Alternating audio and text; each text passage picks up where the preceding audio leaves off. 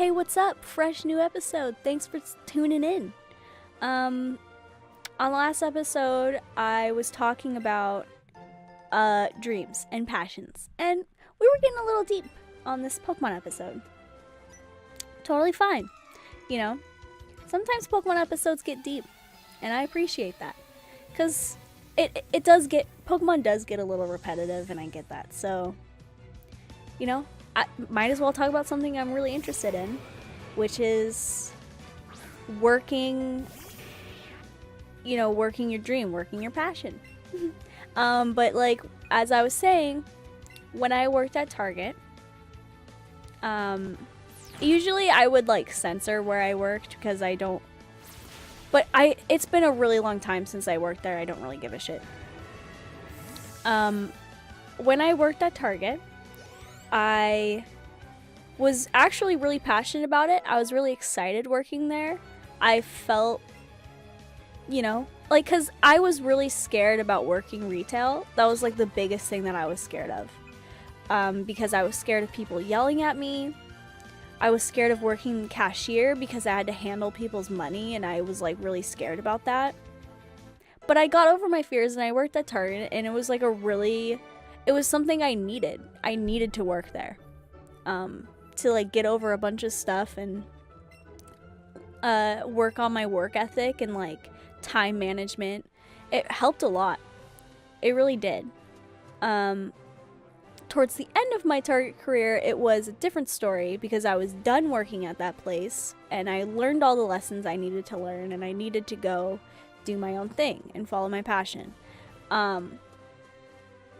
But while I was working there and I was still passionate about it, I was cashiering someone. I think she was like a professor at a college, and she came up to me and she's like, oh, blah, blah, blah. She's like, oh, you're really young. Like, you must still be in school. And I was like, oh, I dropped out. I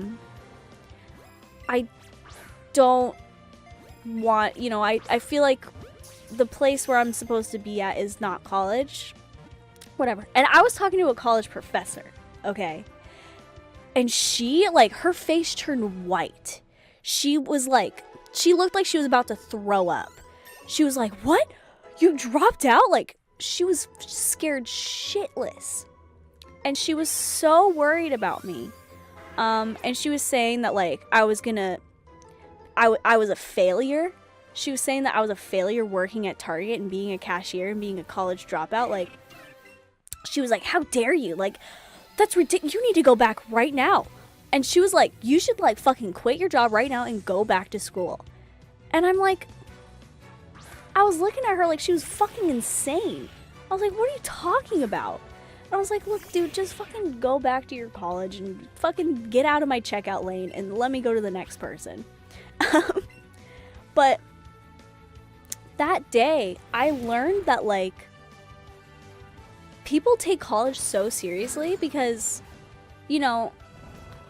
back when our parents, in the previous generation, back when they were going to school was really cheap for them, and school was kind of more a necessity. But now, in this day and age, you should take college way more, like, you should take the decision to go to college, you should take that way more seriously. Because college debt is real, and it's a problem. And, you shouldn't decide to go to college right out of high school. And if you do, that's totally fine. But, like, if you're apprehensive about it, like how I was, and you don't really know what you want to do yet, and, like, you're like, oh, maybe I'll find out at college. Don't say that. Don't have debt. Don't. If you can avoid, like, a lifetime worth of debt, don't do it. I don't know why that's such a big deal to some people, but whatever. What I truly believe is that you should go to college when you're totally ready for it, and deep inside that that's what you want to do. And you need a degree for it. then you should go. You should go get a higher education, whatever. But it's so expensive. And you really have to take into consideration of that. Can you afford that? You know, can you, like, is community college your thing? Do you just need an AA? Do you need a master's? People who, like, just go to college outside of, like, I used to be that type of person. I used to shame people for not going to college outside of high school because that's how I grew up. That's how I was raised. And I don't want to tell people what they should do, what they should and shouldn't.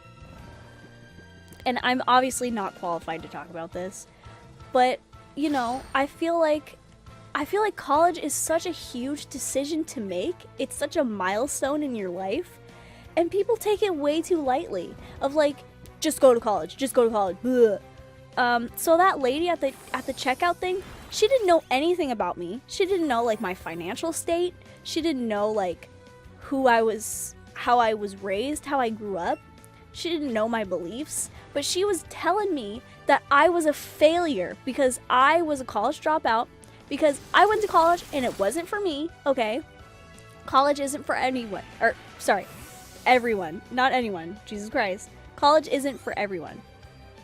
And sorry, someone's calling me.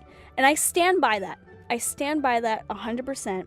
And I put my foot down whenever people try to tell people that you're a failure because of this, you're a failure because of that. No one's a failure. Absolutely no one. Even, like, I have to wait for this buzzing to stop. Okay. Sorry, my uncle was calling me. I'm recording. I'll call him back when I'm done. But, I believe that no one's a failure, okay? If you're watching this and you're a college dropout, don't be afraid of that. Don't be afraid to say that. College dropout is such a negative term in itself, but it's not a negative thing.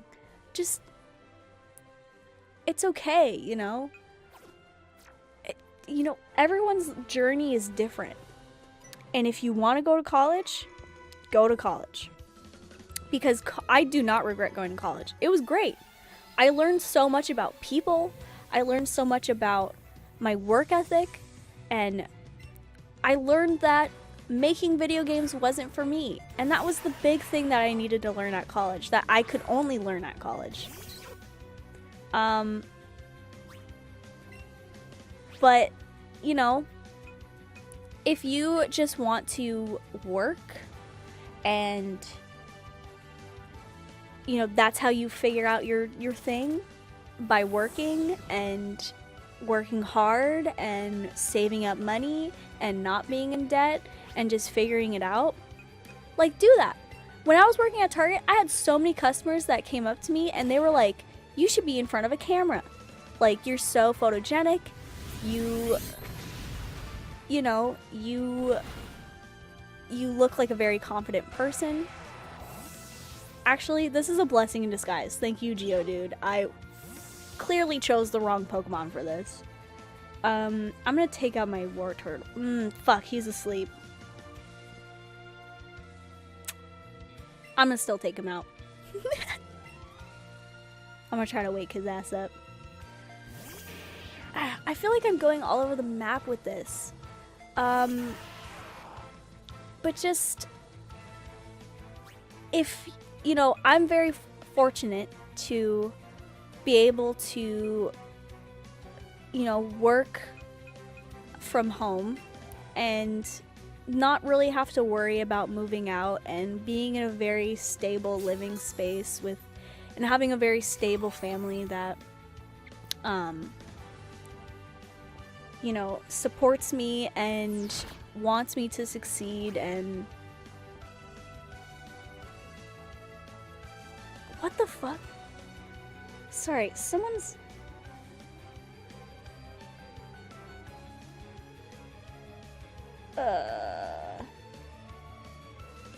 Dude, someone wants me to, like, do something right before Christmas. I don't want to.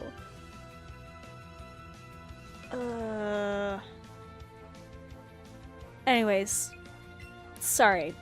I'm ugh, I need to like focus in. Hold on. Let's take some deep breaths. I need to focus in because I'm so bad at multitasking.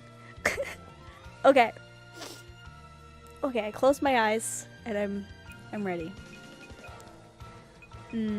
I just have to wait for him to wake his ass up. I wish I could go up to him and just like open his eyelid. I feel like that would work. But the biggest thing that I learned with starting my YouTube channel is sometimes people won't be supportive of you. And that's okay. Not everyone is going to be all daisies and roses around you. And people, you really see the truth in people when you start working towards something. And you really see who's supportive of you and who's not. You see the true nature in people. You know, and he's using Bide. So it's okay. It's okay. And I've lost friends because of YouTube. I lost one friend because of YouTube. And that's okay, you know, because life goes on and people come and go. And same with like, I got into really, really big arguments with my family because of YouTube. And I get it, it's out of love. But, you know, and when I first started YouTube, I felt like it was kind of me against the world for a second. Because I was like, why aren't people... Wait, fuck, who was he gonna send out? Oh. Okay, yes, War Turtle, I need you. It's also a learning experience for the other people on the other side, too. So, like, the people who I got in arguments with in my family, and I told them that, like, being a YouTuber is just what I want to do, and I know you see that as a failure. I know you see me as that, but, like, just let me prove it to you that I can do this. And now that I've been doing YouTube for a solid year, you know, they're like, oh, she is actually really passionate about this. And they learned a lesson of like, you know, not everybody can do traditional jobs. And that's okay. Just, if you're stuck in life, okay, and you have a impossible sounding dream, nothing's impossible, but you have a dream that sounds impossible and you don't know where to start and you're scared, the biggest thing that I can tell you is just start. Start and be consistent. If you want to be an artist, start drawing. Don't go to school to learn how to draw art because you can do that from home. What are you watching this thing on? Your computer, your phone, TV? Fucking look it up. Look up drawing lessons. Draw every day. Don't break the chain. Be consistent. If your dream is being a manager at a retail store, do it. Be consistent. Work hard. You know, everyone's dreams are different, and we shouldn't shame people for what they want to do. When I was in middle school, my math teacher told me that I was going to be a failure because I didn't know math very well, and she said that I was going to be working at McDonald's for the rest of my life. That's not okay. That's not okay to tell someone that. Because everyone's different, okay? Everyone is different. No one's a failure. People are just on their journeys in life, and you know, it's these pressures that make people feel like they're a failure, and they're not. Life has no timeline. You know, if you want to get married when you're 40, that's fine. Like, getting married is a big decision that you have to make. Having kids is a big decision. If you don't want kids, you're not a failure for not starting a family. It's fine. Everything's fine. As long as you're not killing anyone or hurting people, physically or emotionally, it's fine. You know? And like, there's a really, really big homeless rate in Seattle right now. And I look out my car door and I see, it's called the Jungle. There's this huge homeless, self-homeless built community on the highway, and it's called the Jungle, and they're all there, and they must be so cold, and they must be really hungry, and I'm like, oh my god, I look at them and I'm like, I don't see them as failures like how some people do. I don't see them as people who can't bounce back. I see them as like society dealt them a harder hand, you know, and they need help. And if they don't want help, that's okay too. Because sometimes people get really mad at like homeless people for like, oh, all they do is buy booze and blah blah. If that's what they want to do, sure, you know, whatever. Everyone is different, and no two people think the same, and, you know, whatever. Is Double Edge good? Hold on, I'm like zoning out. Okay, you know what? I don't know. I feel like, was this conversation good? I feel like it was good, but I feel like I was going all over the place. Whatever. I'm gonna call this guy back. I'm gonna call my uncle back. I'm gonna see what's up. And on the next episode, I'll see you guys later. Okay, goodbye.